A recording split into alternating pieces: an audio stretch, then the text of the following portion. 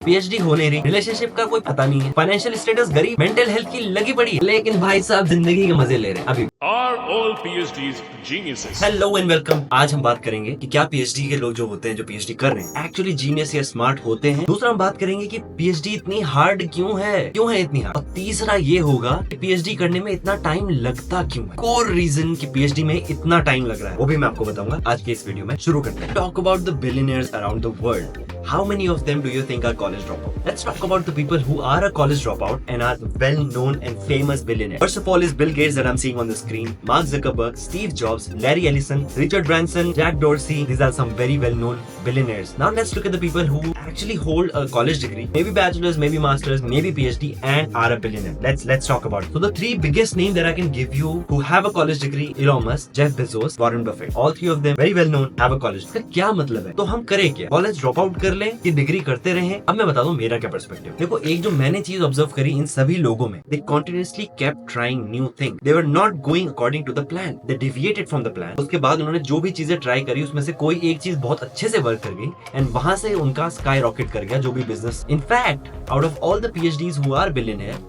are not billionaire because they did PhD in a certain field. If there are more number of billionaires having a college degree, that doesn't mean having a college degree will make you a billionaire. नहीं, there is no causation. Definitely there is a correlation in the data, but causation नहीं है। इसका मतलब ये नहीं है कि college degree लेने के बाद you billionaire बन जाओगे। But एक चीज जो आप इन सब में कॉमन देखोगे वो ये है कि वो उन्होंने बार-बार नई-नई चीजें ट्राई करी। जब बेजोस ने बुक सेलिंग से शुरू किया, वहां से Amazon, अब प्रोडक्ट सेलिंग के बाद अब वो AI में है, क्लाउड बेस्ड सर्विसेज वो दे रहे हैं। तो ये सब चीजें उन्होंने करी है। टाइम टू टाइम पिवट भी किया है, और पिवट करने से पहले आपको एक अच्छा बिजनेस स्टार्ट तो करना पड़ेगा ना।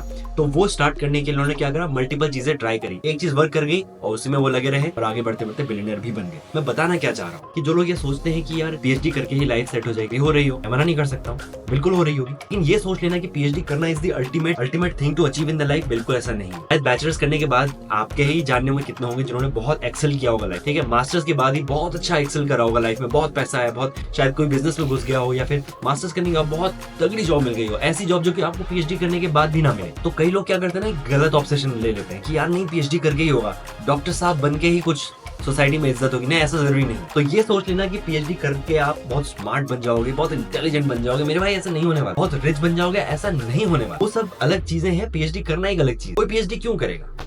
सबके रीजन अलग हो सकते हैं, ठीक है। मैंने इससे पहले की वीडियो में बताया, अगर आपका मास्टर के बाद कुछ नहीं हो रहा है, आपको लग रहा है कि यार छोटी जॉब क्या करूंगा, then you can consider giving it a try for PhD. USA से करने से पीएचडी में क्या फर्क पड़ता है, यूरोप में करने से क्या फर्क पड़ जाता है। बट मैं यहाँ पे एक पॉइंट वो प्रूव करना चाह रहा हूँ, वो ये कि यार सिर्फ पीएचडी कर लेना डज नॉट मीन कि आपको अल्टीमेट सक्सेस मिल जाएगा लाइफ में।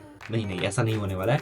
स्ट्रगल इज रियल मेरे भाई। एक पीएचडी करने वाला भी वही स्ट्रगल फेस कर रहा है जो मास्टर्स और बैचलर्स वाला कर। इंटर्नशिप के लिए मुझे भी उसी लेवल पे फाइट करना है जिसपे कि बाकी लोग फाइट कर रहे हैं। जॉब के लिए भी सेम वही सिनेरियो है कि मुझे उसी लेवल पे फाइट करना है जिसपे बाकी लोग फाइट कर रहे हैं। तो ऐसा नहीं सोचना कि आप पीएचडी करो तो आपको जॉब यूं मिल जाएगी कि भाई आपकी तो पीएचडी होगी, आ जाओ। हाँ, कुछ ऐसे स्पेसिफिक पोजीशंस होती हैं जहाँ केवल और केवल पीएचडी जो है एलिजिबल होते हैं, उसमें केवल मास्टर्स से आप नहीं घुस सकते। For example senior data scientist में भी कुछ कंपनीज ले रही हो, बट कुछ कंपनीज ऐसी होती हैं जो केवल और केवल पीएचडी मांगती हैं। बट इन चीजों के अलावा अगर आप सोच रहे हो पीएचडी कुछ बहुत ही एस्टॉनिशिंग चीज आपके लाइफ में, कुछ भी बहुत टेरिफिक एक्सपीरियंस आपको देने वाला है, नहीं, ऐसा नहीं होगा। तो बताना ये चाह रहा था कि क्या पीएचडी स्मार्ट है?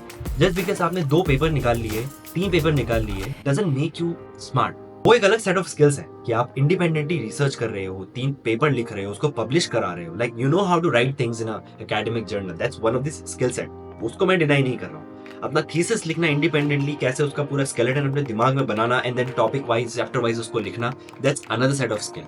थर्ड, डिफेंस देना। Defence is like a presentation skill, right. इतनी अच्छी प्रेजेंटेशन स्किल कि आप अपने आइडिया को डिफेंड कर पा रहे हो, बता पा रहे हो, कन्वे कर पा रहे हो कि मैंने रिसर्च में करा क्या and what are the outcomes of that research. Panel को कन्विंस करना कि भाई जो मैंने किया है इट एक्चुअली मेकिंग सेंस। ये एक स्किल है जो आई एम नॉट डिनाइंग कि आपको पीएचडी देता है, right. Apart from this, I think PhD के बाद मुझे जो जॉब मिले वो शायद मास्टर्स वाला बंदा भी वही जॉब के लिए फाइट कर रहा हो, तो वहां पे इट्स अ लेवल गेम।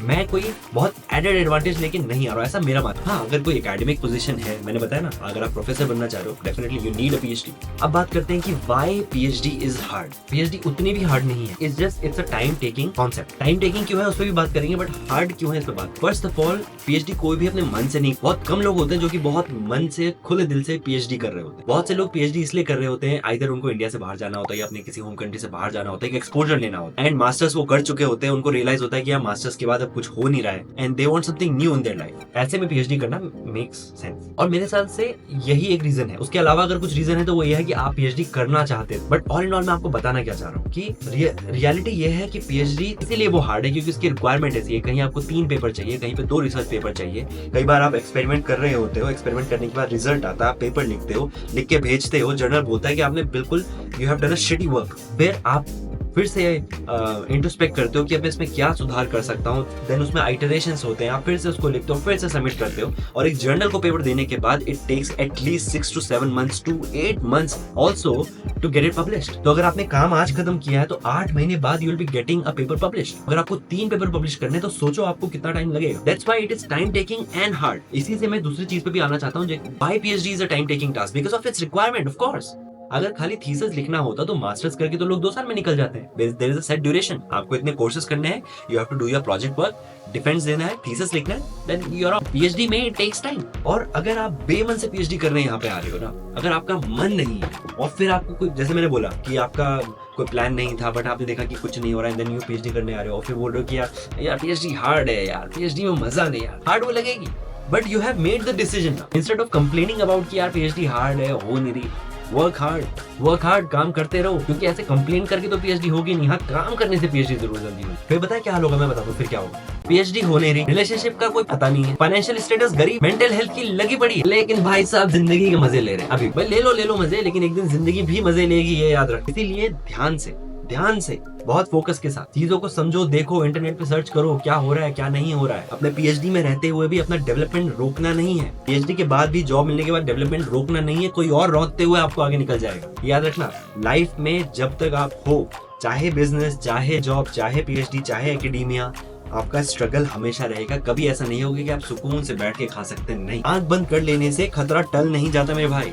खतरा सामने है, इस जस्ट आप नहीं देखना चाह रहे। तो आज की यूएफसी मुझे ये बताना था, पीएचडी का एक्सपीरियंस कि ये हार्ड क्यों है, टाइम टेकिंग क्यों है, कैसे इसको कम किया जा सकता है यूजिंग एआई टूल्स। उस पर मैं वीडियो बनाऊंगा। एक 1-on-1 कॉन्वर्सेशन एक भाई आप लोगों से करना चाह रहा था। That's what I did in this video. कुछ और टॉपिक्स पे आप चाहते हो कि मैं वीडियो बनाऊं तो कमेंट पे जरूर बताना, या मुझे पर्सनली आप मैसेज भी कर सकते हो, डीएम कर सकते हो ऑन इंस्टाग्राम। वहां पे भी मैं आपको रिप्लाई करके बता सकता हूँ एंड उस पर वीडियो बना सकता हूँ। And that's all in today's video. See you in the next video. तब तक के लिए बाय बाय।